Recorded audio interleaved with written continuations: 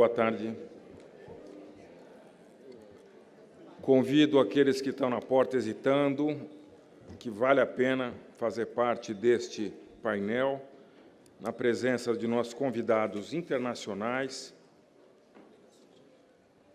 que vão nos ajudar no debate no 8º Seminário sobre Privacidade, sobre a questão das agências de proteção de dados ou as agências garantes.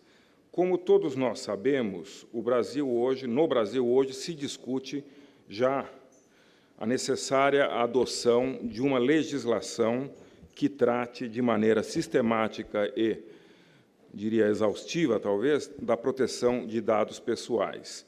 E eu, enquanto conselheiro do CGI, propus, na formatação do evento, que tivéssemos a oportunidade de convidar autoridades estrangeiras ou especialistas estrangeiros que pudessem contar, a partir de uma perspectiva doutrinária, mas também pragmática, sobre o papel dessas agências, dessas entidades de controle que exercem a supervisão e são também conhecidas por entidades garantes da proteção de lei, da Lei de Proteção de Dados Pessoais. Pois sabemos que uma lei que não seja efetiva não tem muita valia, não tem muita importância, ou não tem muita utilidade. Quem vai abrir a exposição é o professor Júlio Teles, mexicano. Depois eu vou passar para a doutora Ismini Rigopoulou, que ela é uma francesa um pouco... Ela é grega, mas já é francesa por adoção. E a professora Jéssica Matos, que vem do Chile, também contar da experiência deles. E, para finalizar esta mesa, nós vamos convidar o professor Danilo Doneda, que é conhecido de vocês, que é assessor aqui do NIC há muito tempo, que vai fazer um link de tudo que vai ser discutido com o projeto e com a necessidade brasileira. Sem mais delongas, eu vou passar a palavra ao professor Júlio Teles, lembrando que ele vem do México, ele é professor pesquisador da UNAM, Universidade Autônoma do México, ele tem doutorado pela Universidade de Montpellier, na França.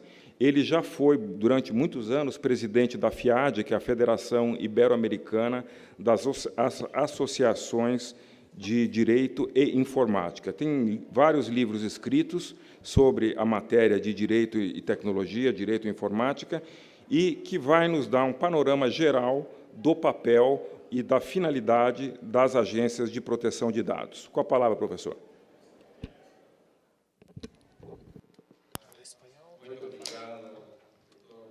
Muito obrigado, Luiz Fernando Martins. No canal 3, vocês poderão achar a tradução em português. No canal 1. Eu sei que, se eu falar devagar, vocês vão me entender, mas não para me arriscar. Que bom que temos tradução simultânea. Vocês sabem que no México, no Brasil e México, estão muito ligados. Muitas vezes nos entendemos, mas às vezes não nos entendemos, mas o coração sempre nos entendemos. Agradeço a oportunidade. Aqui eu trouxe um vídeo em português para começar, para que possamos entender esse problema em termos de legislação.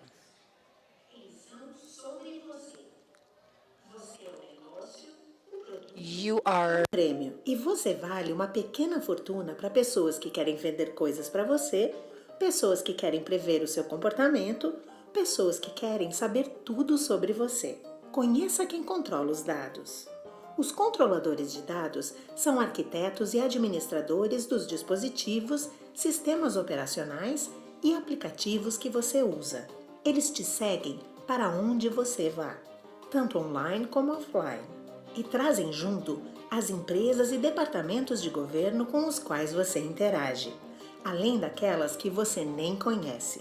Às vezes, eles tiram seus dados de você com uma caixa de seleção ou uma configuração de privacidade.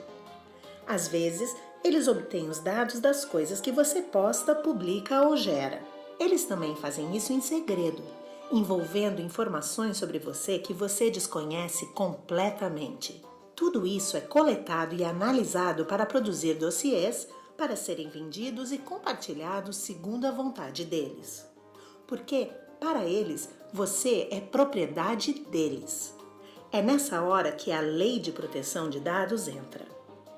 Leis de proteção de dados são pensadas para defender as suas informações pessoais e o seu direito de saber o que acontece com elas. É uma questão de salvaguardar dados contra aqueles que querem acesso e evitar que alguém abuse de seus dados. Só que isso é mais complicado do que parece. Proteções legais sobre dados são muito diferentes ao redor do mundo. Mais de 100 países implementaram algum grau de lei de proteção de dados, mas estas proteções nem sempre cobrem todos os setores da indústria ou governo. E, já que a informação viaja o mundo em redes que não têm fronteiras, ainda que você viva em um lugar onde seus dados estão protegidos, eles podem acabar em países que têm leis diferentes ou nenhuma lei. O que significa que você não terá o que fazer se seus dados forem utilizados de modo abusivo. O que se torna um problema ainda maior quando você considera que a maioria das informações do mundo passa por empresas de tecnologia. São diferentes legislações, mas estamos falando de um problema muito parecido.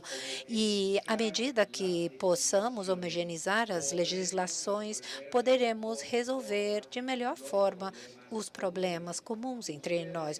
Vocês, em boa medida, veem esse evento para deslumbrar uma futura lei brasileira. É importante que vocês não errem e que façam as coisas bem feitas, como deveria ser feito. Agora, aqui temos um mapa mundial da situação da legislação em termos de proteção de dados. Vocês poderão visualizar aqui a cor vermelha, que seria o mais pesado, né? Que tem 5 milhões de habitantes da União Europeia. A robusta, aqui temos como a nossa. Apresenta algumas questões e no caso de vocês que aparecem, não fui eu que fiz esse mapa, que vocês aparecem como limítrofes. Limitada, mas com consciência de que precisam melhorar a situação. Essa é a ideia. Não pensem que esse vem de outro país e diz que nós somos limitados. Existe uma consciência que a situação precisa ser melhorada. Muito cuidado, eu quero sair amigo de vocês aqui.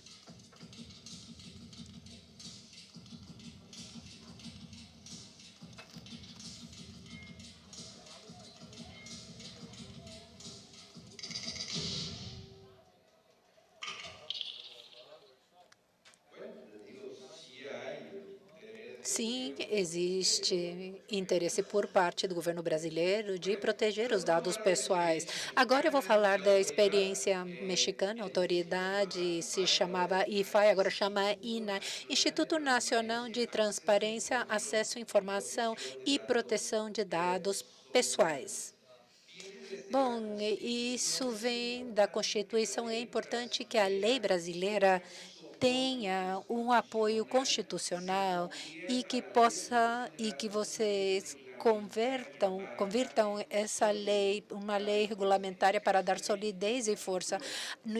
No México, é artigo 6 constitucional que menciona, como vocês podem ver aqui em espanhol, que você precisará ter uma autoridade em questão de dados pessoais e que isso é muito importante e isso vem junto com o tema do acesso à informação e à privacidade. Agora, esse artigo 6 no México mostra que vamos ter uma agência autônoma no Brasil precisa ser autônomo, que esteja livre da interferência dos burocratas, dos corruptos. A ideia aqui é que ela tenha plena autonomia e que não precisam mostrar o que precisa ser feito. Se não tiver essa agência, autonomia, bom, ela está predestinada ao fracasso e deverá operar sob os princípios de certeza, legalidade, independência, imparcialidade, eficácia, objetividade e profissionalismo e também em questões de transparência, máxima publicidade. No ano 2002, que começou a falar sobre a transparência da informação no nosso país. No ano 2009, surgiu a Lei Federal de Proteção de Dados Pessoais em possessão das pessoas. No México, desde o ano 2009, nós temos regulamentado os arquivos privados, somente os privados. Agora, no ano 2014, é dada a reforma constitucional e a partir desse ano 2017 já temos uma lei de proteção de dados pessoais com relação a dados privados, que seria em possessão de sujeitos obrigados. Essa terminologia é interessante. No meu país, falamos de sujeitos obrigados para que não haja dúvida, e sujeitos obrigados. No México, incorporamos partidos políticos, sindicatos, fideicommícios, ou seja, ninguém fica fora da aplicação da lei. Não poderá haver exceções a essa lei. Eu vou colocar um vídeo da origem do Instituto Nacional de Acesso à Informação. Aqui temos autonomia operacional, o Instituto Nacional de Acesso à Informação e Proteção de Dados, 2002. Nós aprovamos a Lei de Transparência e Acesso aos Dados com transparência em 2014. Devido a uma reforma constitucional, otorgamos autonomia em 2015 com a publicação da Lei Geral de Transparência e Acesso à Informação Pública. Se transforma numa instituição com competência nacional. A criação do Instituto respondeu ao interesse do cidadão, meios de comunicação, acadêmicos, organizações da sociedade civil e instituições públicas, pedindo contas do que acontece no governo.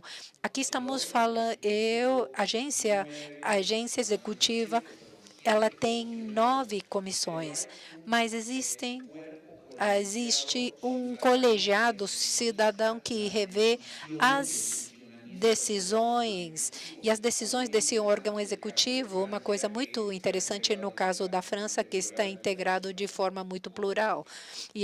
Vocês já verão o comentário. Os objetivos do nosso INAI são garantir o cumprimento do direito de acesso à informação pública. Na realidade, estamos falando dos direitos ao acesso, à ratificação, cancelamento e também oposição. Não vou me deter nesse ponto porque eu vou falar da experiência mexicana. Também fomentar o exercício pleno do direito ao acesso aos dados pessoais e também coordenar um sistema nacional de transparência e proteção de dados pessoais. Esse sistema tem uma plataforma nacional para que haja melhor controle. Antes, eu acredito que vocês brasileiros vão se entender bem conosco. Antes era uma lei federal, mas agora é uma lei nacional. Ela é válido em todo o território nacional, embora cada estado tenha uma autonomia para ter a sua própria lei, mas essa lei deverá seguir os mínimos requisitos da lei nacional. Não é o caso do Brasil, mas vocês se arriscam de ter uma lei federal muito boa, mas as leis estaduais, como vocês têm, sejam contrárias ou sejam diferentes à lei federal. Por isso, vocês podem partir de uma lei nacional que vai marcar a pauta do que deverá conter cada lei estadual. E, claro, vocês precisam de leis estaduais, vocês são uma república federativa como nós. E agora, impulsionar o desempenho organizacional e promover um modelo institucional de serviço público orientado a resultados com um enfoque de direitos humanos e perspectiva de gênero. Agora, é muito importante que na sua lei de proteção de dados pessoais não esqueçam dois pontos muito importantes na atualidade, como os direitos humanos, que nós esquecemos de repente, né? E nós já vimos isso na palestra anterior, os temas de discriminação que existem e que não podemos permitir. E outro ponto que é a perspectiva de gênero. Não, vocês, as mulheres, vocês não podem passar um plano secundário. E eu espero que não ao machismo. Espero que seja bem traduzido. Então, o INAE, em termos de proteção de dados pessoais, ele segue duas leis, um de arquivos públicos e um de arquivos privados. Agora, a lei de arquivos privados se chama Lei General de Proteção de Dados Pessoais em possessão dos particulares. Em posse dos particulares de arquivos públicos é Lei Geral de Proteção de Dados Pessoais e em posse de sujeitos obrigados. Temos duas leis, um para arquivos públicos, outros para privados, mas ambos vão se fundir dentro do Sistema Nacional de Proteção de Dados Pessoais. Com relação à proteção de dados pessoais, a partir de 5 de julho de 2010, promulgamos a Lei de Proteção de Dados Pessoais, acontecimento que criou uma nova etapa nas nossas instituições. Essa lei possibilitou, a partir de janeiro de 2012, que as pessoas pudessem exercer plenamente o direito que incide na proteção da sua segurança, identidade, patrimônio e privacidade, quando eles podem acceder, publicar, cancelar, estar oposto e se opor à publicação dos seus dados. Aqui é importante, talvez vocês conseguiram ver isso brevemente no vídeo, o aviso de privacidade. O que significa isso? Que tanto instâncias governamentais ou públicas e privadas quando eles solicitam nossa informação, precisam obter a nossa informação. E esse aviso de privacidade nos informa por que eles querem a nossa informação, que tipo de informação eles querem, como eles vão usar essa informação e que possamos estar protegidos. Eu já comento um tema que realmente causa problemas, que é a transferência eletrônica de informação. Porque muitas vezes você entrega isso a uma empresa que é subsidiária ou filial de uma empresa no estrangeiro. E eles estão enviando informação a outros países, e alguns desses países não têm uma legislação de proteção de dados. Eu recomendo que vocês tomem muito cuidado quando pensamos na transferência internacional de dados. 2, a questão da confidencialidade e também a proteção de informação na lei mexicana mostra que as empresas precisam salvaguardar a informação como eles fazem com sua própria informação. Até aí poderíamos pensar que estamos tranquilos, mas o que acontece se essa empresa ou se essa instituição governamental tiver modelos de reserva ou de confidencialidade muito limitados? Eles conseguiriam cumprir os termos da lei. Nós custodiamos a informação, como protegemos a nossa informação como bom pai de família. Mas deve haver realmente quais são os elementos técnicos necessários para garantir essa salvaguarda de informação. Agora, existe um tema muito interessante, não tenho tempo para falar sobre isso. Tem uma obra que chama Lex Cloud Computing, é a computação na nuvem. Muita informação agora vai para a nuvem, aonde estão os servidores dessa nuvem. Portanto, precisamos tomar muito cuidado. Por quê? Porque em certas ocasiões isso a lei que será válida será a lei aonde estão os servidores, que é um tema interessante.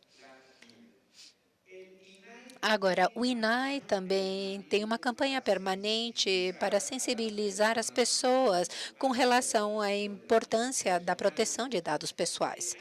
Existe um segmento especialmente, eu diria que está especialmente vulnerável, que seriam os jovens, as meninas, meninos, adolescentes, que usam muito a internet e as redes sociais. Vocês sabem isso, mundialmente são os maiores consumidores de redes sociais. Eu não sei se é para parabenizá-los, mas é número 1 mundialmente. O que eu quero mostrar é que eles não têm uma consciência de que os dados que eles estão subindo nas redes sociais podem se converter num fator de crimes, como sequestro, usurpação de identidade, chantagem, etc.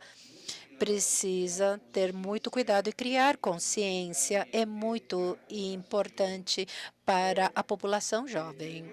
Agora eu vou apresentar um vídeo muito breve do INAI que estimula os jovens a confiar no INAI e saber que eles estão sendo protegidos por uma lei.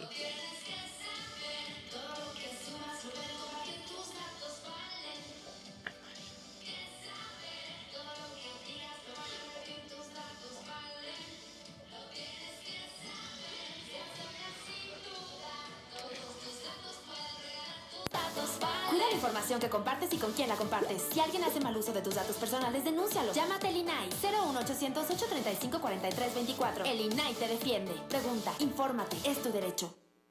Como ven, en ese video es fundamental. Como vocês podem ver, no vídeo temos jovens, havia alguns velhos aí, né? Mas a maioria eram jovens. E precisamos sensibilizar esse segmento que é muito vulnerável. Também temos outros problemas, como sexting, ciberbullying, etc. Uma lei de proteção de dados pessoais permite que tentemos resolver uma grande quantidade de problemas que estão se apresentando pelo uso indevido das redes sociais. Agora, eu estou falando isso com confiança. Eu adoro vocês, mas me estranha que vocês não têm uma lei sólida, forte, com a quantidade de usuários que vocês têm de redes sociais. E é uma coisa que eu acho contraditória, eu digo isso com muito respeito. Quando vem um estrangeiro mexicano e diz isso, eu estou dizendo isso com todo o respeito e carinho que vocês merecem.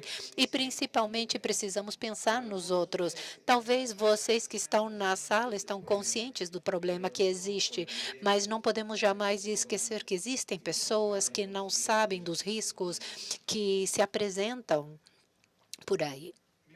Agora vou mostrar outro vídeo sobre o roubo de dados pessoais, mas precisamos lembrar que roubo é o empoderamento físico. Roubo é usurpação, na verdade. Roubo seria a palavra errada. Seria usurpar os dados pessoais.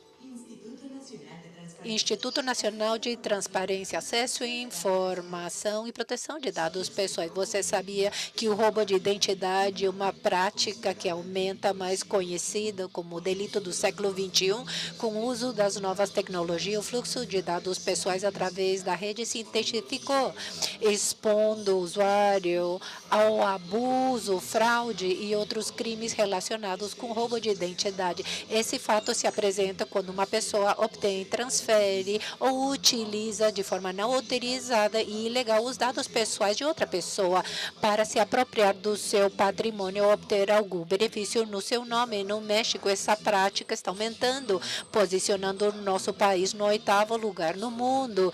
Somente durante o primeiro semestre de 2015, a Comissão Nacional para a Proteção e Defesa dos Usuários de Serviços Financeiros, Conducef, reportou mais de 28.000 reclamações atribuídas a roubo de identidade. Isso 40% superior ao semestre do ano anterior. Entre as principais fontes para obter dados pessoais temos as redes sociais, o correio eletrônico, o registro dos usuários nas webpages, telefones celulares, também extratos bancários financeiros para o Instituto Nacional de Transferência e Acesso à Informação e Proteção de Dados Pessoais. Temos como prioridade conscientizar a população que a era digital pode ter intromissão de outras pessoas. E também existem software espiões que vão contra a privacidade das pessoas. Perante um cenário como esse, precisamos fomentar uma cultura de proteção de dados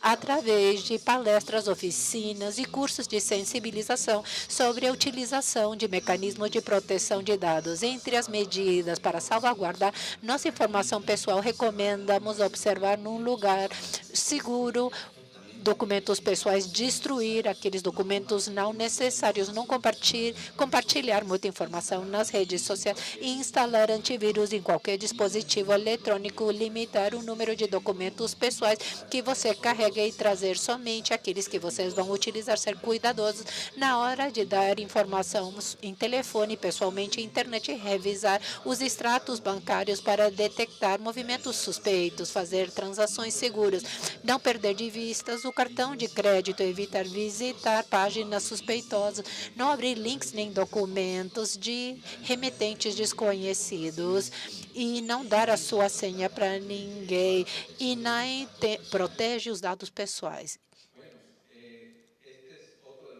É outro vídeo importante para sensibilizar precisamente a cidadania sobre os riscos que a utilização indevida de dados pessoais pode causar. Faltando 2 minutos para finalizar a minha apresentação, somente posso agradecer e dizer muito obrigado, Brasil.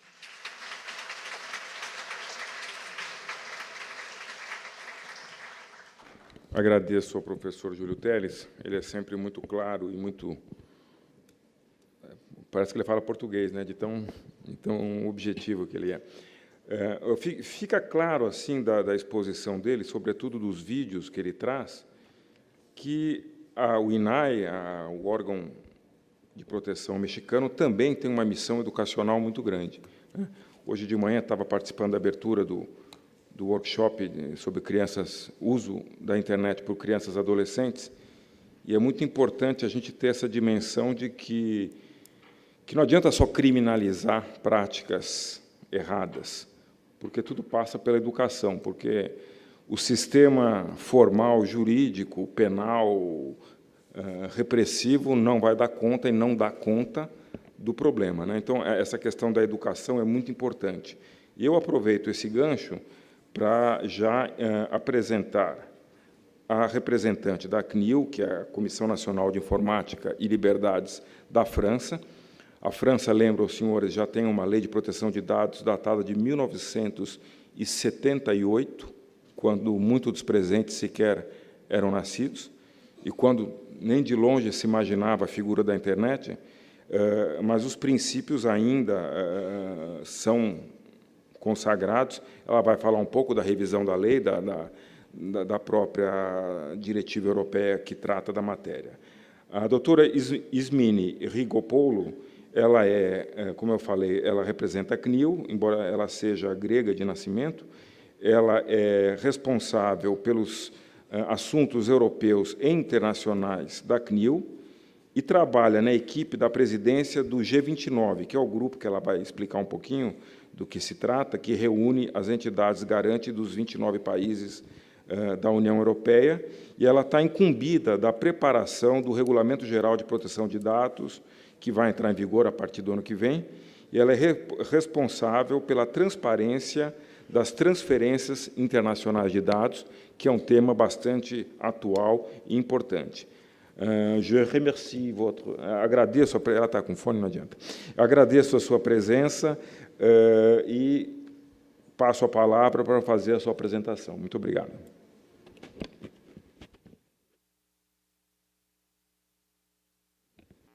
Thank you very much. Thank you so much for inviting me to speak. Agradeço muito pelo convite de falar neste painel. Adoraria poder falar em português, mas eu só sei falar poucas palavras em português, tipo obrigada, e acaba por aí. Eu gostaria de passar-lhes alguma informação sobre os dados de proteção de dados pessoais franceses, sua estrutura, suas missões, e depois eu vou falar sobre o GDPR e a legislação que será aplicada na União Europeia a partir de maio de 2018. Temos um tempo limitadíssimo para conseguir a aprovação dessa estrutura. Este será uma grande mudança, já que mudará o nosso espírito, a forma como trabalhamos com outras autoridades de proteção de dados e também internacionalmente. Essa é a primeira legislação que coloca o indivíduo no centro, dando novos direitos, como o direito de portabilidade de dados. Também muda a forma como as empresas veem a sua responsabilidade.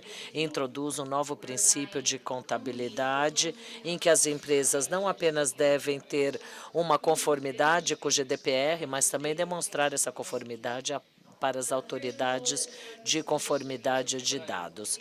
Vamos passar para a história do CNIL, estabelecido em 78, juntamente com a legislação de proteção de dados, exposta ao projeto Safari. Este é um esforço inicial do governo francês de criar um banco de dados global de dados pessoais, juntando todos os números de Social Security dos cidadãos franceses. Isso criou muita preocupação. E depois de várias discussões, 4 anos depois, o CNIL foi criado a fim de garantir privacidade na França. Uma das principais características é que é uma autoridade de administração independente. E a independência na Europa foi primeiramente enfatizada na Carta de Direitos Fundamentais e também no tratamento da União Europeia. Foi incluída como um pré-requisito para as autoridades de 95, que é a legislação atual aplicável na Europa, e foi apontada pela a Corte de Justiça Europeia em várias instâncias desde 2010 até hoje. O tribunal diz que os DPAs devem executar as suas missões e atividades sob autoridade direta ou não direta de estrutura do Estado ou de qualquer outra agência. Isso agora está incluído no GDPR, no seu texto principal, em que as missões das autoridades de proteção de dados são listados, mas também está incluído no seu artigo 45 com relação a transferências internacionais. A Comissão Europeia, quando o país pode ter uma decisão adequada por ter uma legislação essencial à europeia, não apenas onde os países têm uma proteção de dados abrangente, mas também se há ou não uma autoridade de proteção de dados que seja independente. Como podem ver, essa é uma característica muito importante que precisamos ver nesses países. A independência pode ser garantida de duas maneiras. Primeiramente, através de um controle independente do orçamento do DPA e a autoridade de proteção. Por exemplo, no CNIL, o presidente ele é completamente autônomo em manipular o nosso orçamento. O orçamento é dado pelo governo para nós e daí nós é que decidimos o que fazer. Existe uma autonomia completa na contratação do seu pessoal. Não recebe instruções por parte do governo. E com relação à sua organização, é organizado num colegiado de 8 comissionários, que são eleitos a partir dos comitês respectivos, e nós temos aqueles que representam o Parlamento francês ou da Corte Suprema. Esse colegiado de 8 comissionados tem o poder de eleger o seu próprio presidente, e ele recebe nenhuma instrução quando elegem o seu presidente. O colegiado se encontra todas as quintas-feiras pela manhã, incluindo o presidente, que discutem questões que estão incluídas numa agenda preparada pelo presidente. E eles têm as suas opiniões sobre o que o governo pede para prover uma opinião oficial ou a transferência de dados depois de algo ser preparado, de um arquivo ser preparado pelos especialistas. O planejamento semanal é trabalho dos comissionados. Entretanto, eles não lidam com casos de litígio, não são responsáveis por sanções. Isso sim é feito por um colegiado separado, um comitê que é composto por 5 comissionários, que são eleitos por um colegiado de 8 comissionários. Eles também têm o poder de eleger o seu próprio presidente, que deve ser diferente do presidente dos CNIOs. Isso é feito para garantir uma independência entre aquele agência que faz a investigação versus o que passa a sanção. Então, não há interesse para o CNIO fazer qualquer tipo de sanção para um corpo especial. E sob a autoridade do nosso presidente, temos 5 diretores. Por exemplo, o diretor de compliance, de sanções, de pesquisa e inovação. Esses diretores têm a missão de executar as missões e atividades. Uma das primeiras missões é educar Individuals of their rights. para reforçar os seus direitos. A cada ano recebemos muitos telefonemas. O ano passado, mais de 100.000 telefonemas recebemos de indivíduos fazendo perguntas sobre os seus direitos. Também temos uma empresa que ajuda as pessoas a terem conformidade com a legislação. Isso é feito pelo telefone e também através de uma caixa de ferramentas que o CNIO criou para passar as ações realizadas pelo GDPR. Ele tenta atender às exigências dos nossos executivos e são obrigatoriedades dentro do GDPR. E o CNIO já desenvolveu diretrizes sobre como e quando essas exigências de designação do DPO. O CNIO também desenvolveu o que chamamos de Labela, que é o selo de privacidade, que na verdade é uma ferramenta para as empresas provarem que eles têm uma proteção de dados. Nada mais é do que uma medida de confiança para os indivíduos e qualidade para as agências. Esse selo de privacidade é dado pelo CNIO depois que o comitê fornece um formulário pedindo aquele selo e o colegiado dos comissionados, eles são submetidos a um exame daquele estatuto para saber se o selo de privacidade pode ser dado ou não. Também o CNIO tem expertise em inovação. Os nossos especialistas, eles têm um laboratório em que eles examinam novas tecnologias e o impacto dessas novas tecnologias sobre a vida privada dos seus cidadãos. Isso é muito importante porque eles aconselham as empresas como integrar a privacidade através de um desenho nos seus produtos. Mas o CNIO não é apenas uma empresa individual ou de indivíduos individuais que tem que atender à legislação. Ele também pode regulá-los e sancioná-los. O CNIO é uma das autoridades na Europa que tem poder e a legislação de proteção de dados dá poder pleno ao seu presidente. Nós temos o direito, por exemplo, de realizar monitoramentos online e investigações in loco. Durante essas investigações no local, podemos pedir pelos documentos, cópias dos mesmos, podemos entrevistar qualquer pessoa que consideremos ser necessário de ser entrevistada e podemos pedir acesso a todos os ambientes. Isso significa muito poder, realmente. Após a investigação ter sido feita, o comitê ou os 8 comissionados, eles decidem se eles vão encaminhar uma nota formal que deve estar em conformidade com a legislação e isso deve ser público, caso contrário, terá uma multa adicional. Se essa união não for feita de acordo com o tempo específico, o colegiado e o comitê de 8 representantes vão decidir se eles vão impor uma sanção à agência ou não. Essa sanção pode ser uma injunção a interromper o processo ou uma nova autorização que é fornecida pelo CANEL ou ainda uma sanção monetária. Até 2016, a quantia máxima que um CANEL podia colocar em uma agência era de 150 mil euros, o que não era muito, não é mesmo? Desde 2016, então, a legislação de proteção de dados pessoais foi legislado e agora passou para 23 milhões, mas ainda não é suficiente. O GDPR exigiu um limite de sanção maior, 20 milhões de euros ou 4% do turnover total anual da empresa.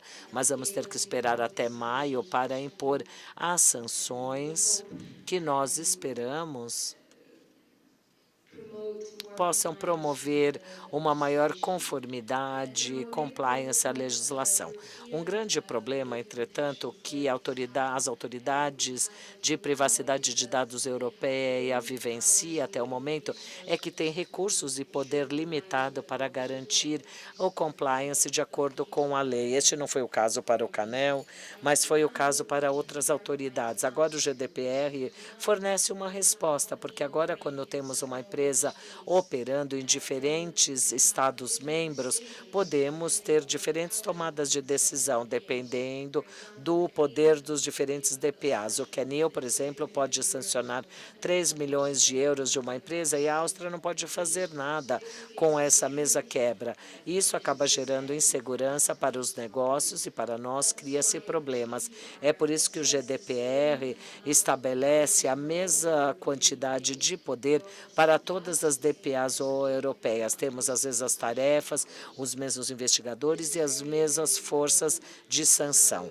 Isso tudo é muito importante, porque agora vamos ter que colaborar uns com os outros para ter um pacote semelhante de aprovação das empresas europeias. Eles têm um texto que é aplicado de maneira uniforme em toda a Europa, mas para que haja conformidade, as autoridades de proteção de dados precisam interpretar da mesma forma a tal legislação.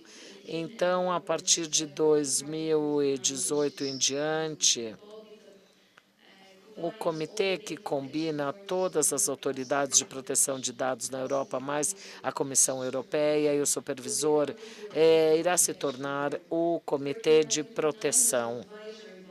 Nós temos um comitê de aconselhamento que, na verdade, não tem nenhuma força. Esse comitê ou esse conselho ele é representado por uma personalidade jurídica que daí sim terá o poder de dar recomendações e de desempenhar uma ação arbitrária. A sua principal missão é assegurar compliance que seja uniforme e aplicada em toda a União Europeia. Este corpo ele é um modelo de governança moderna, porque combina tanto a descentralização com autoridades de proteção de dados poderosas, independentes no nível nacional e uma integração com um comitê, um corpo de proteção de dados. Uma outra ferramenta que nos é fornecida pelo GDPR é aquele One Stop Shop. E, sob investigação, as autoridades de proteção de dados, de maneira conjunta, podem buscar investigações de um corpo que não está em conformidade com as ações do GDPR. E conseguir tudo numa única parada funciona da seguinte maneira. Temos uma empresa estabelecida na França que é responsável pela tomada de decisões de processos. O líder dessa autoridade de proteção seria o CANEL, que é responsável pelo estabelecimento da empresa. Entretanto, essa empresa pode ter processos operacionais internacionais em outros Estados-membros, e nós vamos ter que cooperar com todas as outras autoridades de proteção de dados europeu para garantir que as sanções que foram aprovadas sejam harmoniosas. O GDPR também fornece para a cooperação internacional o seu Código 50. Então, não apenas somos obrigados a colaborar com a União Europeia, mas também proteção de dados global.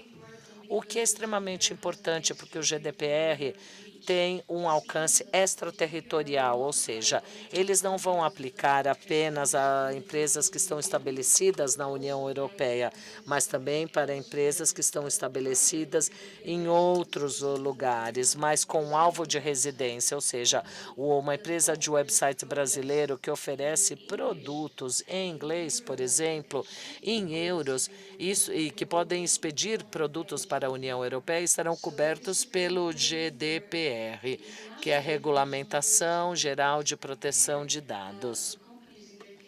A idade é preparar as empresas nos seus territórios.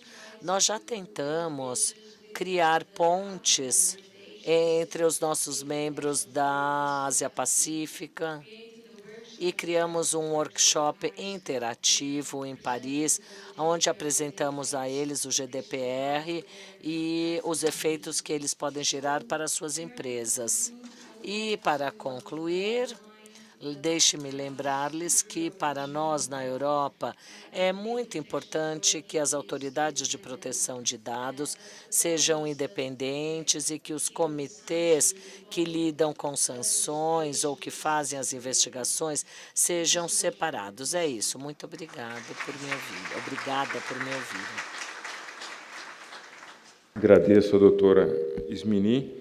E ficou claro da fala dela, um pouco já o que o professor Júlio havia dito, que é a questão da importância da independência da agência, que vai tomando cada vez mais importância. E eu achei interessante esse ponto que ela ressalva da possibilidade desta, vamos dizer, desta modalidade de etiqueta, de label, que ela falou, que as empresas são qualificadas como em conformidade com a lei. Acho que é muito importante para você distinguir um bom fornecedor e um bom player do mercado que ele tenha esse tipo de validação. E ela também faz uma referência das constantes ligações que eles recebem de pessoas, empresas pedindo informação. E nós temos também no CGI, embora não tenhamos essa missão legal nem constitucional, é uma prática que acontece muitas vezes. Empresas ligam para o CGI para saber como cumprir melhor algumas obrigações, porque, embora nós não tenhamos a lei específica de proteção de dados, existem já, seja no Marco Civil, seja no Código de Defesa do Consumidor ou em outras legislações, alguma referência legal, e empresas interessadas em estar em conformidade, às vezes ligam para a nossa assessoria e pedem informações que até de boa vontade alguém dá, mas sem nenhuma sistematização ou legalidade.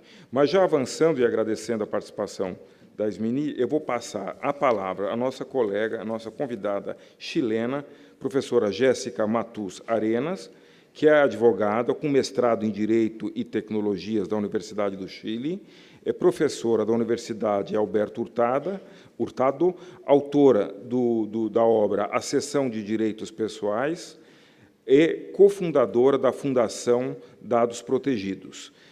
Eu só queria deixar claro que faz parte da proposta da programação trazer uma multiplicidade de representantes que possam ser da academia, no caso do professor Júlio, do ente governamental assemelhado, como é a CNIL, e a doutora Jéssica, ela vem nos apresentar a visão da sociedade civil. Eu agradeço a presença e já passo-lhe a palavra.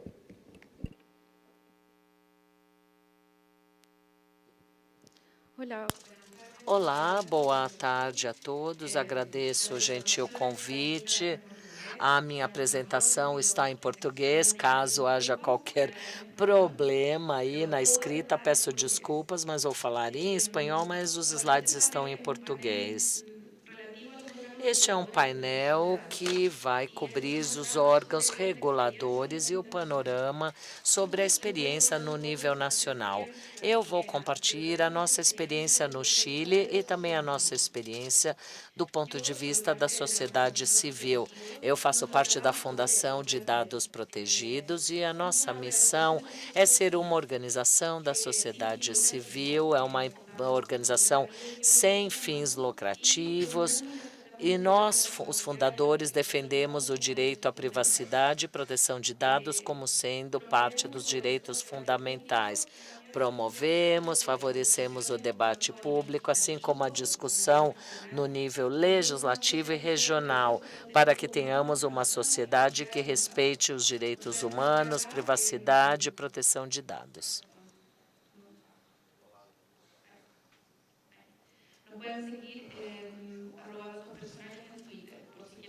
Olha, se quiserem saber um pouquinho mais sobre o nosso trabalho, nos sigam no Twitter. Aqui, o mapa das leis de proteção de dados no mundo. Na verdade, é o mesmo mapa já apresentado pelo professor Teis, mas é um mapa que data de 2015. Prestem atenção, o Brasil ele aparece ali com uma proteção ruim, diferentemente de 2017, em que a proteção está limitada. O que mudou entre 2015 e 2017? Aqui no Brasil, houve alguma norma relativa à proteção de dados nesses anos? Hubo algo que modificó. Le muestro esto con qué objetivo. Por que estou mostrando esse mapa? Um pouco para que possam refletir que esse tipo de mapa elabora-se alguns estudos jurídicos. Temos um nível de proteção moderada em 2015. A Argentina aqui está com nível forte.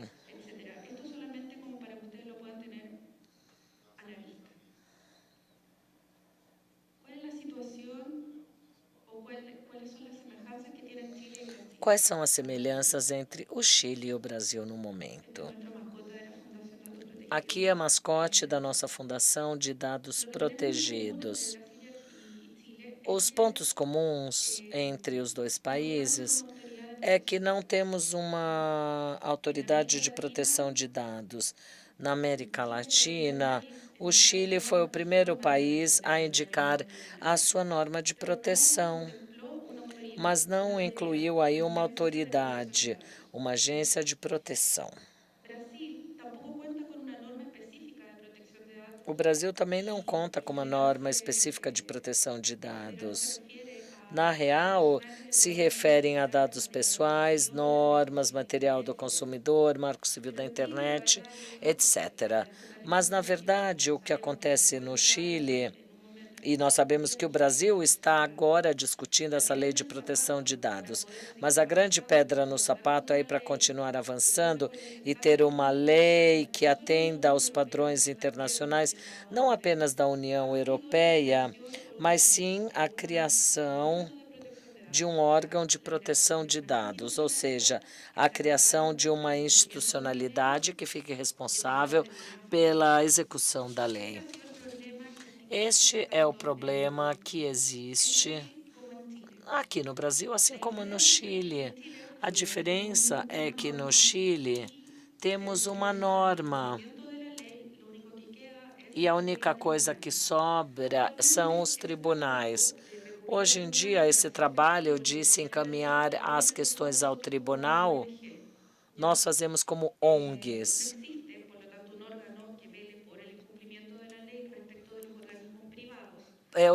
Agências privadas, será que existe uma faculdade com órgão público no Chile que irá tratar os dados dos organismos públicos? Por que seria tão importante uma autoridade como essa? Primeiro, porque a eficácia da proteção de dados. Sem uma autoridade de dados, é impossível que esse direito seja eficaz. Primeiro, pelo exercício dos direitos humanos aos direitos das pessoas. Porque sem autoridade, simplesmente as pessoas vão ter que buscar tribunais para que sejam efetivos em executar os seus direitos e não vão poder dirigir-se num procedimento não judicializado ou administrativo de queixas em que o afetado poderá reclamar.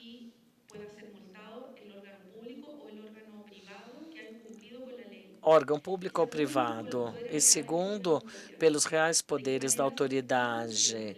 Como ser efetivo se o órgão de proteção de dados simplesmente tem, por exemplo, uma faculdade de educação ou de controle genérico? Fica meio difícil conseguir executar de maneira efetiva os direitos das pessoas. E segundo, por que é tão importante? Essa é uma exigência importante para os países latino-americanos. E isso é relevante pelas transferências internacionais de dado. Todas as transferências internacionais de um país, por exemplo, dados pessoais de um cidadão brasileiro fora do Brasil, que vai para um outro país, devem atender alguns requisitos. Para a União Europeia, toda vez que os dados devem ser transferidos da União Europeia para países que não fazem parte da União Europeia, é necessário que esse país tenha emitida uma declaração de adequação. Essa carta inclui poucos países, como a Argentina tem a tal declaração, o Uruguai e, hoje em dia, a Colômbia. A Colômbia está prestes a conseguir a adequação. Caso contrário, você tem que ter algumas cláusulas contratuais tipo para que sejam aprovados. Então, aqueles países que não têm uma norma de proteção adequada, eles ficam fora do comércio internacional, certo? De maneira geral, os contratos que têm a ver com transferência internacional, como os serviços de call center, são serviços que ocorrem através de serviços transnacionais. Infelizmente, o Chile, num determinado momento, estava posicionado como o bem ranqueado nas transferências de dados, mas foi ficando para trás uma vez que outros países começaram a ditar suas próprias leis de dados, como Peru, Costa Rica, Colômbia.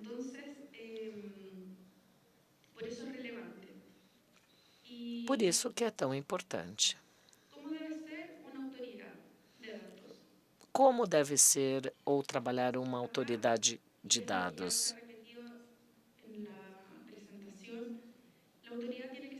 A autoridade deve ser independente.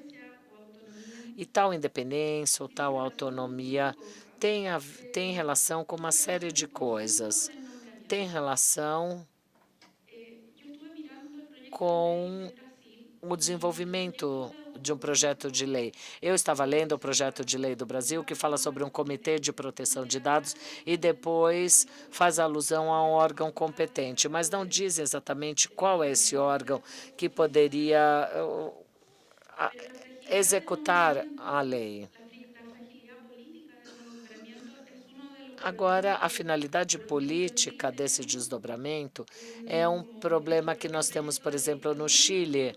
E sabe por que eu estou comentando isso? É porque desde o ano 2000, a nossa lei, que foi aprovada em 99, no ano de 2008, o primeiro projeto de lei foi apresentado para modificar os dados chilenos. 10 anos depois, 10 projetos de lei foram apresentados e nós não conseguíamos aprovar nada e não conseguimos entrar num acordo sobre qual tipo de autoridade que estamos buscando ou qual é o tipo de autoridade que aquele Estado, governo, parlamentares ou todas as empresas ou todos juntos estão convencidos de conseguirem uma aprovação. Eu acho que este sim poderia ser o problema mais importante que uma lei de dados pode ter, já que há princípios e consensos sobre os princípios básicos, quais poderiam ser as infrações e as sanções, mas nunca haverá um consenso a respeito de uma autoridade. E eu vou dizer por quê. Primeiro, a fragilidade política. Como eleger? A pouca estabilidade que pode ter, baixos salários com relação a uma ocupação no setor privado. No Chile, por exemplo, nós temos a autoridade é determinada pela confiança daquela autoridade política naquele momento vigente. Segundo, o governo não pode concluir ou terminar o cargo da autoridade. Não tem essa capacidade, porque se tivesse essa capacidade de concluir ou interromper o mandato, ele teria autoridade durante todo o mandato, essa possibilidade de encerrar o mandato. E, com certeza, isso acabaria sendo uma forma de conivência política e a independência que se exige das autoridades. Digamos que a autoridade tem essa possibilidade de operar tanto no setor público quanto no privado. E se ele for sair do cargo, tal autoridade ou os motivos pelos quais ele sairá do cargo devem ser motivos graves e comprovados de maneira objetiva. Talvez pudéssemos acrescentar um controle com outros poderes públicos, como, por exemplo, uma informação da Corte Suprema, etc. e tal. Além disso, é necessário ter uma independência funcional. Não deve limitar-se a uma supervisão geral, direta ou indireta. E, além disso, uma independência orgânica e material, que tem a ver com a sua composição, duração do tempo no cargo, as condições que são dadas para que eles exerçam os seus papéis, que os recursos sejam suficientes, que não esteja sujeito a alguma instrução ou ordens de superiores. Por exemplo, aqui nenhuma autoridade de dados deveria ocupar simultaneamente qualquer outro cargo público que fosse. E do ponto de vista de pressupõe que a forma como acontece essa gestão por parte do governo é um pressuposto. Assim, deveria-se existir uma linha autônoma.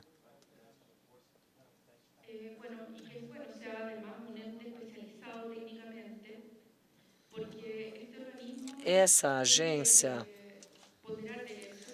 tem que ponderar quais são os direitos, chegar a decisões e tem que estar na vanguarda tecnológica, deve ser uma equipe multidisciplinar. Como parte das atribuições, eu mencionei apenas 4. Uma que seria a fiscalização, intervenção e a possibilidade de solucionar queixas. Possibilidade de monitorar-se online e presencial. Um órgão que não tenha tal possibilidade poderia fiscalizar. Quando pensamos num órgão fiscalizador, eu acho que a primeira coisa que vem à nossa cabeça é o Serviço Interno Brasileiro.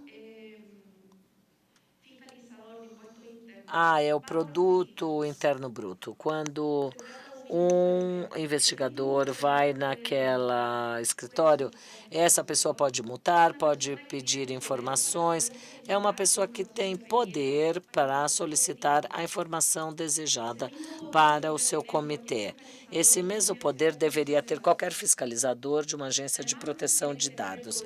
Além disso, deve ter o poder de sancionar e uma faculdade reitora queria interpretar as normas de proteção de dados, ditar as normas, instruir o setor público e privado, ou se quiser que seja só o privado ou o público, entender quais são os organismos responsáveis por velar e por cuidar dessas agências públicas. E, por fim, educar. E educar significa difundir, realizar campanhas e tudo aquilo que tem a ver em passar o conhecimento para a comunidade, para a sociedade sobre o direito das proteções de dados e também para as empresas, porque quando criamos esse tipo de institucionalidade, não começamos de cara. Nós começamos primeiro capacitando, começamos do zero, não é? Capacitamos, difundindo e só depois fiscalizando e, por fim, sancionando. Por isso, acho que precisamos dar mais atenção àquelas ações que os projetos de lei utilizam. Esses verbos, né, quando são muito vagos, como cuidar, promover ou elaborar diretrizes, na minha opinião, esses verbos são verbos que não permitem alcançar aquilo que buscamos em última análise e que pode acabar por aprovar e executar uma lei que seja um órgão forte.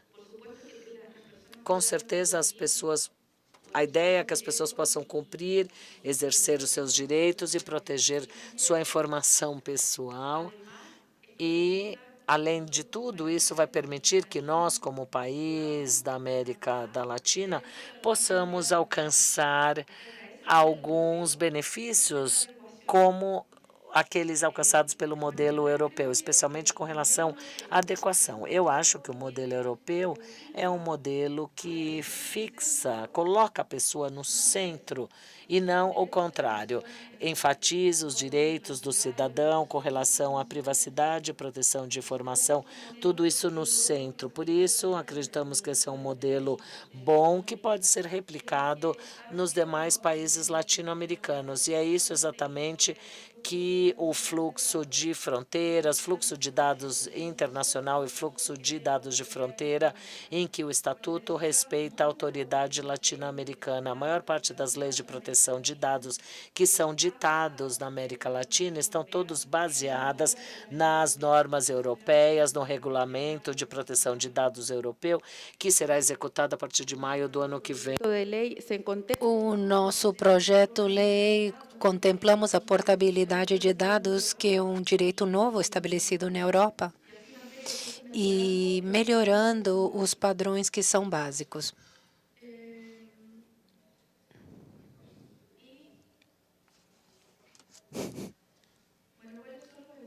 Quais são os efeitos indesejados quando não há uma autoridade, quando não temos uma lei que cumpre os padrões? Existe uma desconfiança com relação ao destino da informação. Para onde vai essa informação? Pelo uso inadequado que você pode usar e limita os nossos direitos, aquilo que está acontecendo com a discriminação, as pessoas com acesso para ter crédito, para entrar a uma escola, as pessoas não podem distinguir quando uma cláusula de um contrato é abusiva. E também há uma falta de conhecimento dos direitos associados, os direitos plenos que o professor mostrou, cancelamento e oposição à divulgação dos dados, não somente esses dados, mas da lei em si. Há uma baixa preocupação por parte das pessoas. Eu não sei se é um tema que vocês observam aqui no Brasil, mas no Chile, por exemplo, nós temos um RUT, que é o número RG. Nós temos o nosso RG e você vai para qualquer lugar. Eu fui numa farmácia e me perguntaram o meu número de identificação e eu disse não, porque eu não dou meu RG para todo mundo. Vocês podem imaginar, é uma campanha, eu não dou meu RG. E porque você vai dar a sua privacidade por um desconto de 5, 10 reais. Portanto, essa baixa preocupação pela proteção das pessoas é porque existem esses tipos de normas. E, por outro lado, as pessoas, os responsáveis pelo tratamento da informação, também estão um pouco preocupados com os dados que eles recebem. Nós que somos um país, Chile, Brasil, né? Países com muita tecnologia, com muitos empreendedores, estamos criando aplicativos, startups. Será que não existe uma startup que possa ver como podemos proteger a informação das pessoas? Ou seja, como estamos fazendo um Big Data ético ou como estamos utilizando privacidade por desenho? Não existe nada. Isso acontece porque estamos dentro de uma cultura sem proteção e existe porque há muitos anos estamos tentando de ditar no Chile e no Brasil uma norma que, de certa forma, possa proteger o direito das pessoas.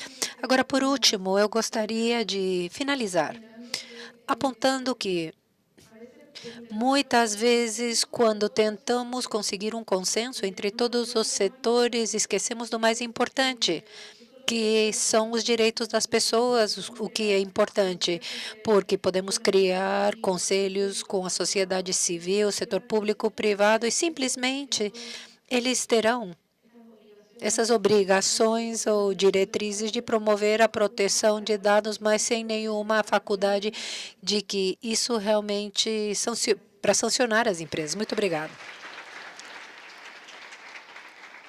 Agradeço a doutora Jéssica, e ela traz umas advertências que já não são novas, mas eu lembrei agora há pouco, ela falou na farmácia que ela não quis dar o roots dela.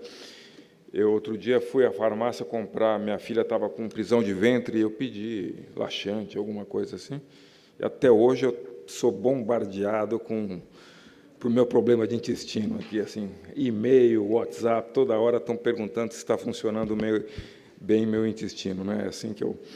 Mas as duas tocaram num ponto interessante, que é a questão do privacy by design.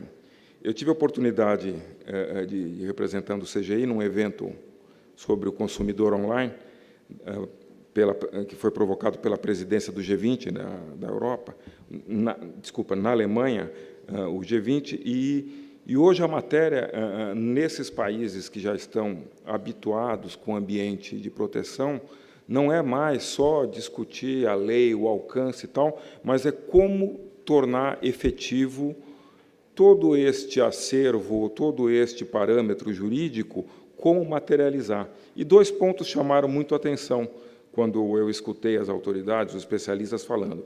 Primeiro, a questão do privacy by design, que é você ter uma cultura industrial, empresarial, de onde parte-se do princípio da privacidade. Então, o default, o ponto de partida para qualquer device ou para qualquer situação que você vai interagir com o consumidor, com o cidadão, é a privacidade. E o mais interessante foi num evento que nós tivemos aqui em Brasília, uma representante inglesa, ela contava que ficaram reunidos aí um workshop, um brainstorming de especialistas, que eles juntavam jurídicos, autoridades de proteção, juristas, autoridades de proteção de dados, programadores e designers. Para quê? Para definir que a gente possa, através de uma interface usual, de um telefone celular, de um iPad, do computador, ter em pequenos ícones toda aquela gama de direitos que você tem protegido e as autorizações que você libera de dados, para que tipo de uso, para que finalidade. Então, já existe uma cultura hoje mais avançada nesses países em que a privacidade ela não pode ser um mero texto legal. E não é simplesmente uma prática, vamos dizer, jurídica de sancionamento, mas ela tem que estar incorporada na vida das empresas, na vida do cidadão. E mais que isso, que você tem que ter quase que fosse um dialeto, um léxico informático ou interativo, para que o usuário possa entender e possa consentir de maneira plena e válida sobre o que ele está topando compartilhar de dados. Mas, melhor do que eu, quem vai falar sobre isso é o professor Danilo Doneda, que vai concluir essa mesa, trazendo um pouco dos aspectos brasileiros deste tão rico debate. O professor Doneda, muitos já conhecem, ele é professor da UERJ e ele é um consultor especializado na matéria de privacidade aqui junto ao CGI e NIC-BR. Com a palavra, professor.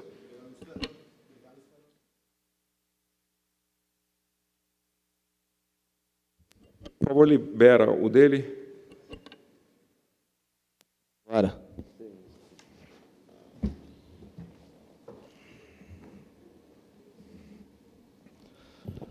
Obrigado, um prazer estar aqui ao lado de todos os painelistas, muito boas apresentações. Eu só aviso que, infelizmente, eu também tenho um painel num evento, um workshop sobre proteção de dados das crianças, que, curiosamente, foi marcado no mesmo horário. Então, essa primeira experiência minha com ubiquidade não está funcionando. Aí eu vou falar, qualquer eventual pergunta tem que ser feita meio logo, e eu vou sair correndo para estar lá 15 minutos atrás. Em relação às apresentações que centraram em vários temas referentes à proteção de dados, mas principalmente sobre algumas experiências das autoridades de proteção de dados, eu acho muito emblemático e representativo que muitos problemas, muitos dos temas que foram aqui tratados, e não só da característica da ação das autoridades em si, diz respeito ao cotidiano delas, principalmente em alguns pontos que o professor Rulo Teles mencionou, que foram mencionados pela Ismini Rigapoulou, alguns temas que são abordados por autoridades de proteção de dados em outros países denotam que há uma apropriação cultural do tema de proteção de dados de uma certa dimensão que não existe pelo menos ainda no Brasil. Isso é, quando se fala em temas como roubo de dados, furto de dados, seus dados são você, onde várias situações ligadas ao nosso cotidiano que implicam em problemas de proteção de dados são lidas, são abordadas por uma autoridade que tem essa função, tem a função de dar uma resposta para esse tipo de demanda, para esse tipo de problemas. E, claro, balizado por uma legislação específica sobre isso, pode nos dar a entender que no Brasil talvez nós ainda não tenhamos absorvido completamente a gramática da proteção de dados. Isso além de qualquer preocupação jurídica, legal, é interessante, porque não entender o universo semântico, não está apropriado da gramática em um determinado ponto, quer dizer que a gente não consegue também expressar uma análise, um diagnóstico sobre problemas, da forma que esses problemas realmente devem ser abordados. Por exemplo, muitos problemas, quando referentes à proteção de dados, quando são tratados pelo senso comum, pela imprensa, talvez, que capitaneia em grande parte o senso comum, levam-nos a direcionamentos como os dados estão sendo comercializados, a utilização de tais dados ocasionou dano à honra, à imagem. São todos conceitos, de alguma forma, válidos, mas, hoje em dia, falar em comercialização de dados, do ponto de vista de proteção de dados, é um conceito um pouco anacrônico. Você pode se aproveitar de dados de uma determinada pessoa, pode influenciar a vida dela sem formalmente comercializar os seus dados. Hoje em dia, a sofisticação, o grau de... o poder, a sofisticação das várias modalidades de tratamento de dados faz com que qualquer implicação que o mau uso de dados cause sobre a vida de uma pessoa passe muito além de algumas categorias tradicionais de abuso. Mesmo tratar disso pelo vetor da privacidade é um engodo, pode ser muitas vezes um caminho que não leva a nada. Por exemplo, semana passada foi noticiado um grande vazamento de dados de um dos maiores birôs de crédito do mundo, a Equifax. Muitos de vocês devem ter ouvido falar. Milhões de pessoas afetadas. E vamos propor um exercício hipotético. Há um problema com a privacidade dessas pessoas relevante? É um problema relativo à sua privacidade, ter o número do cartão de crédito vazado? À medida que você entende como privacidade um sentimento íntimo, subjetivo, é difícil caracterizar isso. Você tem problemas patrimoniais, você tem problemas de várias ordens que não da privacidade, porque a gramática, o universo semântico que a gente tem que atrair para esses problemas é o da proteção de dados. Na verdade, você perdeu o controle sobre os seus dados, e é isso que deve ser, em última instância, o vetor que vai balizar as ações do regulador e de uma eventual agência reguladora. E quando eu falo, tudo isso que eu falei brevemente sobre a gramática, que talvez ainda não tenhamos nos apropriado, a ideia da autoridade, a garantia da autoridade de proteção de dados, o DPA, também chamado Data Protection Authority, é um dos elementos que eu vejo que não foram introjetados, o que é meio óbvio, porque falta qualquer previsão legal a respeito, o problema ainda não se apresentou como mais do que como um potencial. Mas, na sistemática que hoje em dia é largamente adotada para a proteção de dados em vários países, pode-se notar que de 120 países que hoje em dia possuem leis gerais de proteção de dados, mais de 90% possuem uma autoridade de garantia, uma DPA. Por quê? Porque a matéria da proteção de dados ela chama fortemente pela necessidade da constituição de um órgão de natureza pública e que muitas vezes vai se vincular pelos vetores da independência, da autonomia, etc., para justamente cumprir a sua função maior, que é cobrir a grande vulnerabilidade que o cidadão tem hoje em relação aos seus dados. Hoje em dia, nenhuma pessoa é capaz de, sozinha, ter ideia do que é feito com seus dados, controlar seu uso e fazer frente a escolhas que muitas vezes são impostas ou pelo Estado ou mesmo por grandes corporações. E, nesse sentido, a história da proteção de dados revela que esse é um conceito, essa é uma sistemática que surgiu desde o início. A primeira autoridade de proteção de dados, a do Lange Alemão de Hesse, é de 1970, se não me engano, e o primeiro comissário foi um dos maiores responsáveis pela estruturação do tema de proteção de dados, o professor Spiro Simitis. A Suécia, primeiro país com uma lei federal de proteção de dados, também iniciou, no começo das décadas de 70, seu trabalho com uma autoridade pública de proteção de dados, e aí seguiram vários exemplos, entre eles, um deles aqui, para a nossa felicidade, que é representado com a CNIL, que é de 1978, junto com a Lei Informática e Liberdades, e que surgiu justamente para fazer frente a um problema que, além da defesa da privacidade, tinha a ver com o controle do cidadão sobre as suas próprias liberdades, como o próprio nome da instituição denota. Bom, o perfil que essas autoridades de proteção de dados muitas vezes denotam, a gente não vai ter tempo aqui para reforçar, mas foi enfatizado em algumas das exposições. Essas autoridades têm que ter um vetor de independência, mesmo porque elas, geralmente, elas têm que zelar por leis que são gerais, que se aplicam tanto no setor privado quanto no setor público, tanto que para isso é necessário que haja uma separação entre outros órgãos do Estado. A sua composição para que se atinja essa independência também é um fator crucial. Essas autoridades muitas vezes funcionam como um canal para o exercício de direitos pelo cidadão. Isso é denotado como, por exemplo, Gismini mencionou que mais de 100 mil denúncias foram feitas por telefone à CNIL somente no ano, para você ter uma ideia da penetração da problemática na sociedade. Essas autoridades são dotadas, têm que ser dotadas de especialização técnica, porque esse é um fator essencial para que se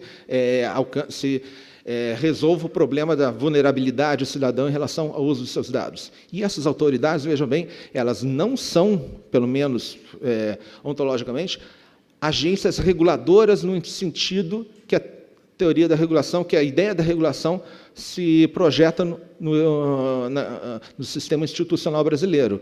Reguladores buscam um determinado equilíbrio dentro de um determinado mercado. Agora, o que se faz em relação aos dados não é propriamente regular o mercado, mas proporcionar um instrumento e uma autoridade que procure garantir os dados pessoais, fornecendo ao cidadão um efetivo controle. O desenho institucional deve ter como vetor a garantia de direitos para que seja bem-sucedido e não propriamente a busca por um meio termo, por um equilíbrio de mercado, porque o que interessa aqui não é propriamente equilibrar o mercado, mas sim fornecer instrumentos para que o cidadão tenha algumas condições de plenamente controlar o uso dos seus dados. Bom, nesse sentido, o que no Brasil nós sabemos, não há lei de proteção de dados, não há, obviamente, uma autoridade de garantia, e para que houvesse um dia, seria necessário que uma determinada proposta normativa abarcasse a criação de uma autoridade de proteção de dados. Hoje em dia temos 2 projetos de lei tratando do tema, dois projetos que na Câmara correm apensados, e um no Senado, nenhum deles criando uma autoridade de garantia. Muitas vezes perguntaram, um dos projetos é a iniciativa do governo federal. Alguém pode se perguntar, e muitas vezes se pergunta, antecipando alguma pergunta para ser feita, por que o governo federal, no momento que tomou a iniciativa, não pensou nisso? A decisão de não criar agência, quer dizer que o governo federal não acreditava no modelo da agência? Eu não acho que essa resposta é muito simples. O projeto de lei 5276, de iniciativa do governo federal, menciona o termo órgão de controle por 45 vezes, durante todo o texto. O projeto de lei 5276 na minha opinião pessoal, completamente inexequível e impraticável, sem que se pressuponha a existência de um órgão que seria uma autoridade de proteção de dados. Por que ele não foi criado? Porque não havia, no momento que ele foi enviado ao Congresso, lembrando que as condições foram um pouco críticas de envio ao Congresso, no último dia do mandato da vice-presidente, não havia um acordo, um consenso quanto à criação ou não desse órgão. Portanto, a solução que foi proposta foi quase de um arremedo. Foi lançado um projeto que previa várias funções para o órgão, sem criá-lo. Quais as soluções que podem advir a partir daí? Sabendo que o projeto de lei 5276 está prestes a ser um substitutivo divulgado e votado por uma comissão especial da Câmara dos Deputados. As soluções podem ser, pelo menos duas, de uma forma geral. Primeiro, em um outro projeto de lei, o governo federal instituir uma autoridade, e esse esse é, formalmente, o único meio para que se crie uma autoridade forte, independente, autônoma, nos modelos, por exemplo, do que é o INAI, que é uma autoridade com independência orçamentária, independência funcional e capacidade técnica, enfim, cumpre vários desses requisitos. Outra opção seria a destinação de outros tipos de recursos e ambientes institucionais que poderiam ser redirecionados para uma autoridade de proteção de dados. Talvez seja uma medida mais criativa, sim, mas talvez seja mais execuível dentro de um panorama um pouco mais restrito em relação a medidas de políticas públicas muito ambiciosas que talvez tenham a ver com a nossa situação atual. Vários modelos podem ser tentados nesse modelo, lembrando que uma dificuldade que a matéria apresenta é o fato de que uma lei que se pretende proteger como garantia do cidadão, tanto frente ao setor privado quanto ao setor público, deve, consequentemente, ter uma autoridade que tenha poder de controle em relação a órgãos públicos. Nesse sentido, um raciocínio quase lógico e quase intuitivo seria imaginar que órgãos que já existam e possuam poder de controle talvez sejam, hoje em dia, dentro do sistema institucional estatal brasileiro, aqueles mais bem preparados, ou talvez os únicos, que tenham essa possibilidade de receber tal tipo de competência. Sendo que, para a regulação do setor privado, a situação é um pouco mais simples, porque bastaria remanejamento e a definição por via, claro, por ação do Executivo, claro, mas sem necessidade que uma lei nova seja proposta quanto a isso, de redirecionamento de algumas funções de órgãos já existentes. E são esses meus breves comentários, e eu agradeço. Obrigado, professor Danilo Doneda. Ele já provocou um pouco o convite para o próximo debate para que nós vamos ter aqui, né? Que nós já tivemos aqui, o Bruno está me passando uma mensagem, que o deputado Orlando Silva, que é o relator dessa comissão especial formada para discutir esse projeto, confirmou a sua presença. Então, vai ser muito interessante. Ele fez uma menção importante, que é a questão dessa autoridade ela não ser reguladora, porque, no dizer do professor, não se busca o equilíbrio do mercado, mas sim a garantia dos dados pessoais ou do mínimo da privacidade das pessoas no que ela ainda existe, né? E isso é uma questão interessante que alguns críticos ou pessoas preocupadas com o aspecto restritivo da lei levantam o que seria razoável limitar a ponto de não entravar a prática de negócios lícitos.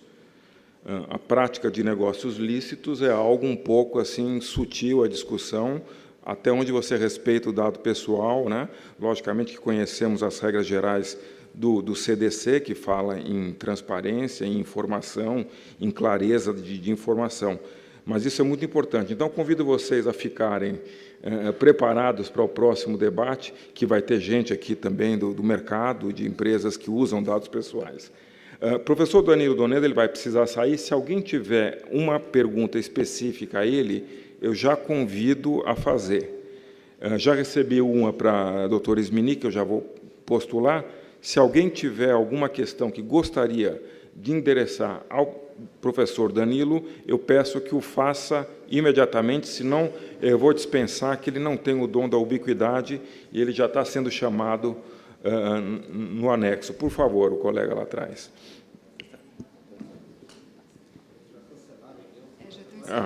Então, ele já foi dispensado, já tiraram o jeton dele, ele vai ter que ficar conosco e vai ganhar um sanduíche no final. Aí.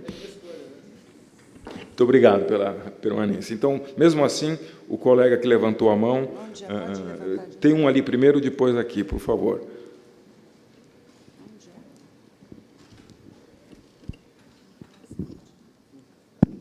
foi levantada a questão de que a população não sabe expressar essa simbologia da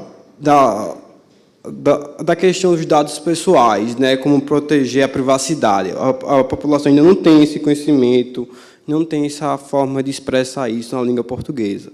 Foi levantado isso. A pergunta que eu faço é, você disse que surgiu essa brecha de segurança nessa empresa americana, Equifax, se eu não me engano, e foi uma empresa assim que foi 150 milhões de dados estimativas que foram roubados da empresa, ou seja, praticamente a metade da população brasileira. Isso é mais ou menos isso, né? A pergunta que eu faço é: existem brechas de segurança no Brasil atualmente?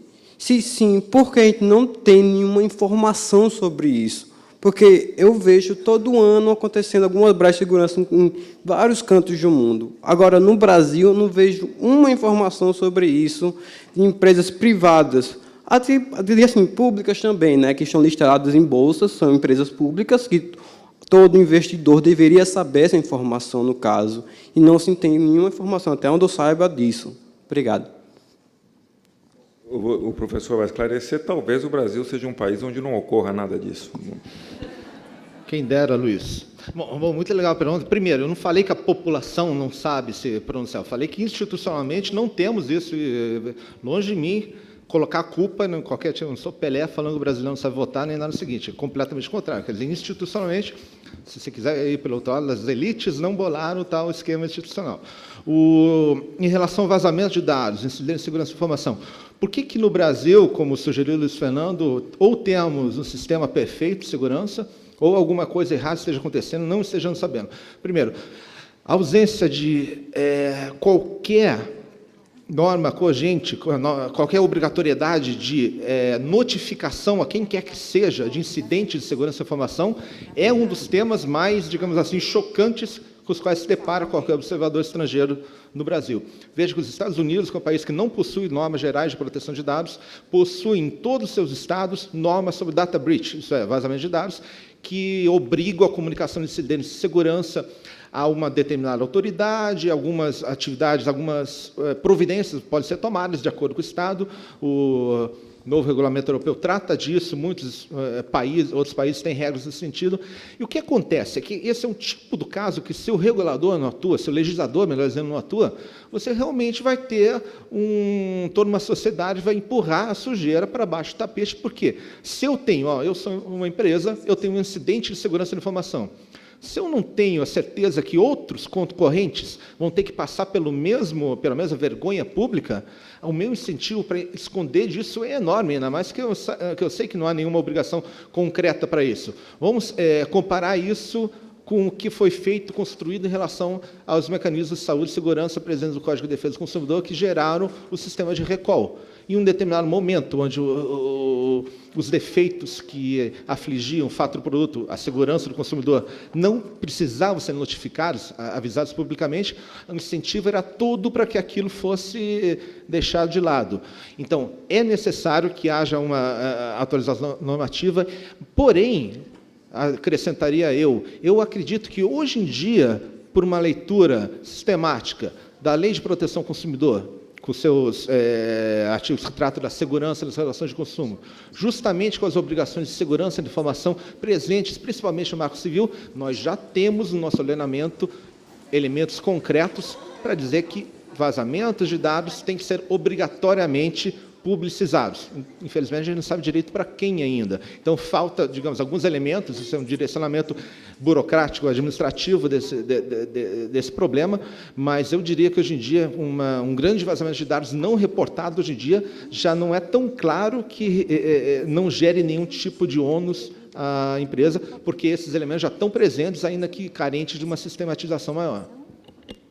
Obrigado, professor Danilo. Eu não esqueci de você, eu vou fazer a pergunta para a Ismini, e provocando até esse tema que ele falou, que eu sei que tem uma previsão legal no Regulamento Europeu de Proteção de Dados, que é a obrigatoriedade de informar os vazamentos. Para quem tiver uma curiosidade meramente vamos dizer, não científica. Eu precisei fazer uma vez uma exposição, uma palestra, e eu pesquisei no TJ de São Paulo, na jurisprudência do Tribunal de São Paulo, como se indenizava o vazamento de dados. Eu poderia dizer assim, numa frase simplista e sem nenhum rigor científico, que o Tribunal de Justiça de São Paulo manda indenizar em R$3.000 um vazamento individual de dados ou um uso inadequado de dados de uma pessoa. E eu achei um caso onde houve um coletivo assim de dados muito grande, ele condenou em R$100.000. Então, às vezes, até é bom perguntar se não vale a pena também, né, isso tudo. Mas, fazendo a pergunta específica que a mesa recebeu para a doutora Ismini, perguntam, a França já está apta a cumprir as obrigações do novo GDPR e como está sendo feita essa transição de modelo jurídico? Obrigada. Perdão, imagina.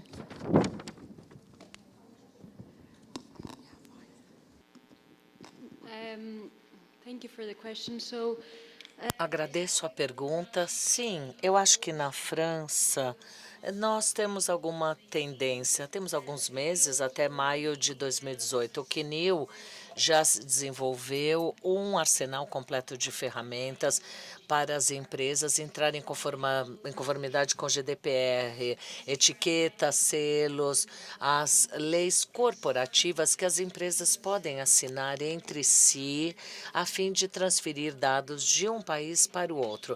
Também temos o Executivo de Proteção de Dados, que também já está incluído pelo CNIL. Na França, nós preparamos muito as empresas para o GDPR, também no nível europeu, através da parte 29, nós emitimos diretrizes no GDPR, essas diretrizes estão online no website da Comissão Europeia. Nós já emitimos diretrizes para o estabelecimento das autoridades líderes com relação à portabilidade de dados e, em breve, vamos publicar diretrizes sobre transferência de dados, certificação, avaliação de impacto de dados. Esses documentos também devem ser muito interessantes para a sua leitura. Assim, nós ainda temos muito trabalho a fazer, mas o feedback que recebemos das empresas é que estão praticamente prontos para o GDPR, mas, é claro, a experiência vai nos mostrar se isso se aplica ou não. Obrigado, Ismini. Eu já estou sendo pressionado pelo tempo, mas eu tenho que atender o colega que já havia pedido a palavra e vai ser a rodada final e vai ter mais ainda na próxima sessão. Por favor. Alô? Boa tarde a todos. Marlon, do Tribunal Regional Federal de São Paulo. Duas observações. Primeira, dirigida ao caro Danilo Doneda, seria o seguinte. Nessa discussão da Lei Geral de Proteção de Dados do Brasil, talvez o governo federal não tenha definido a presença de uma autoridade central de proteção de dados como um poder de enforcement, talvez por causa da dificuldade de superar a independência dos poderes. Por exemplo, no caso do Poder Judiciário, nós temos o órgão máximo de regulação administrativa, que é o Conselho Nacional de Justiça. E esse conselho tem editado algumas normas relativas à segurança da informação, interpretação da Lei de Acesso à Informação, e provavelmente será a autoridade competente para regular, dentro da esfera do Judiciário, essa questão da proteção de informações pessoais. Segunda observação, aliás, uma pergunta dirigida a toda a mesa. Até aqui, todas as apresentações que eu vi, o pressuposto é a visibilidade do detentor da informação na internet, seja ele uma empresa, uma autoridade governamental, uma instituição não governamental. E a chamada internet não visível, popularmente conhecida como Deep Web. Como é que nós vamos lidar com aqueles que detêm informações pessoais, nossas e de outras pessoas, mas que não estão ao alcance da nossa legislação e dos nossos olhos? Obrigado. Bom, eu vou convidar algum dos colegas a responder, mas eu digo para você, uma certa vez um cliente meu, sou advogado, disse que ele estava sofrendo um tipo de achaque de um certo tipo de autoridade. e ele perguntou assim, eu estou desconfortável, não sei se vão dar o dinheiro para quem estão falando que vão dar. Você pode se informar? Eu falei, aprenda uma coisa, você quer fazer porcaria? Você faça, mas não existe auditoria da porcaria.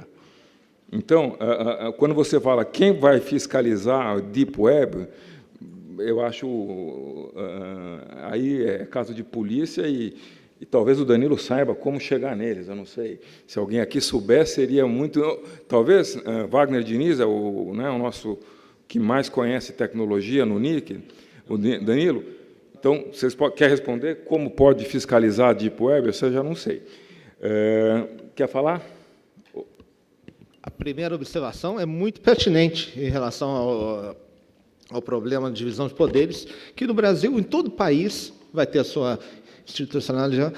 Apenas o que eu tenho bastante receio é de a formação de determinados silos, em determinados setores, determinadas áreas, de determinados centros de poder, e a experiência da LAI, da Lei de Acesso à Informação, nos demonstrou que a pulverização de centros digamos assim, de decisório, de regulação, em determinadas instâncias e esferas de poder, dá aso a uma certa insegurança e confusão no próprio cidadão contra os seus direitos. Mas, veja bem, eu tenho direito à transparência tal do executivo, no legislativo é tanta, no municipal, então é diferente.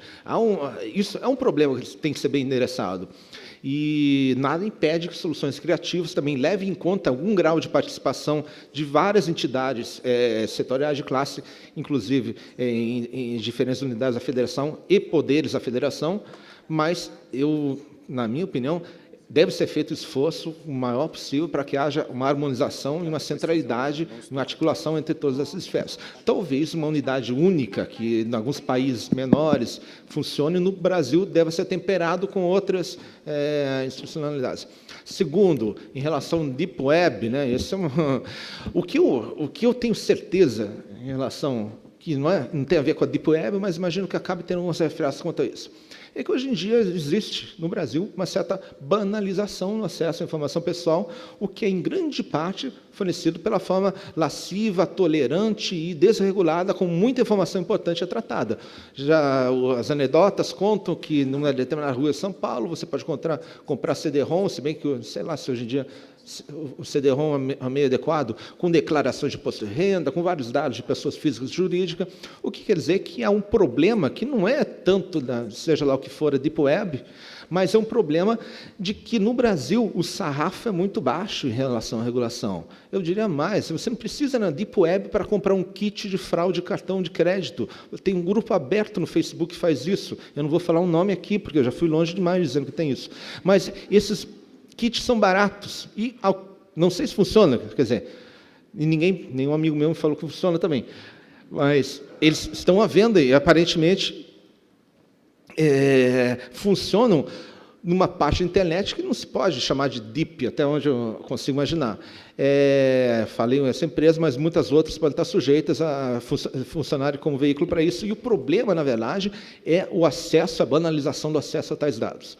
Se você não tem esses dados disponíveis facilmente, os esquemas que vão levar esses dados para o subterrâneo que forem, seja para o terceiro porão de um prédio sujo ou a Deep Web, os sistemas vão fazer os dados chegar lá. Agora, o que eu imagino que seja uma solução a médio e longo prazo muito interessante para esse problema é melhorar práticas de proteção de dados e segurança de informação em órgãos públicos e empresas. Isso vai fazer com que, a médio prazo, fique muito mais difícil ter essa informação. Às vezes, a informação pode até chegar, mas é tão caro, é tão complicado, tão difícil chegar a essa informação. E se for uma informação velha, ela já não vale tanto, ela pode não valer quase nada, se ela for antiga. Esses sistemas de proteção de dados, que aparentemente servem para coisas banais, pode ter um efeito a médio prazo tremendamente eficaz sobre isso, sem que a gente precise saber como quebrar a criptografia e chegar na Deep Web de quem quer que seja. Obrigado. Agora eu vou concluir. Ele falou a palavra-chave que eu acho que veio até da fala da CNIL, que tem que sair caro para quem faz coisa errada. Mas eu vou encerrar dando 1 minuto para o professor Julio fazer as suas conclusões finais. Respecto a su interesante pregunta, decirle que esto deriva en la ciberseguridad, el tema de la Deep Web, donde realmente está más acentuada la problemática. Ustedes hace unos días tuvieron una reunión propiciada por la Organización de los Estados Americanos y estuvo Scotland Yard, curiosamente financiada por Canadá, en donde se está buscando tener una agenda digital común en todos los países de América, de todo el continente americano. Me parece importante el que fortalezcamos la ciberseguridad. Quiero decirles que en México acabamos de firmar el día de hoy un acuerdo con el gobierno de Israel, que están muy adelantados en estos temas, para precisamente tratar de combatir este flagelo. Necesitamos estar unidos, no basta el convenio de Budapest, tenemos que estar unidos toda la América. Bom, finalizo a mesa, espero que tenha sido, com certeza foi interessante e espero que tenha sido ao agrado de vocês, de grande valia. O Bruno quer dar um aviso final sobre o coquetel, e eu agradeço a presença e a participação de todos os convidados, especialmente os estrangeiros, a quem eu peço uma salva de palmas.